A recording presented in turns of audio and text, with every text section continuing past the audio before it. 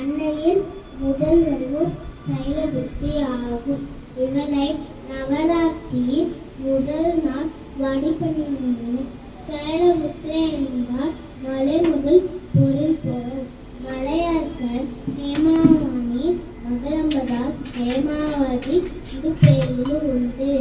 சதி, பார்வதி, பவானி, தாட்சியாசினி இரு பெயர்களும் உண்டு. இவளை பார்வையாக பிறந்து சிவனை திருமணம் செய்து கொண்டாள். 9 சக்கரமில் முதல் சக்கரம் மூலாதாரம் இருக்கின்றாள்.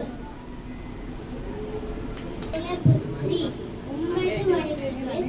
அன்னையின் முதல் வடிவம் சைலபுத்திரி ஆகும்.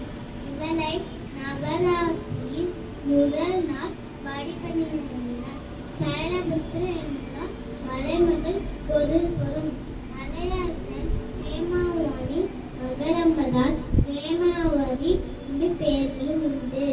சதி, பார்வதி, பவானி, தாட்சியாசினி இரு பெயர்களும் உண்டு.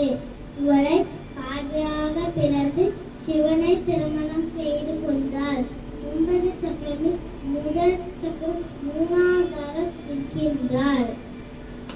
இலே மயிலே வனக்குயிலே வனக்குயிலே முருகன் வருவானோ, குமரன் வருவானோ, கந்தன் வருவானோ, கடம்பன் வருவானோ, சண்முகநாதன் சிவபாலி தேவன் வருவானோ, சண்முகநாதன் சாந்த சரூபன் பாலன் வருவானோ.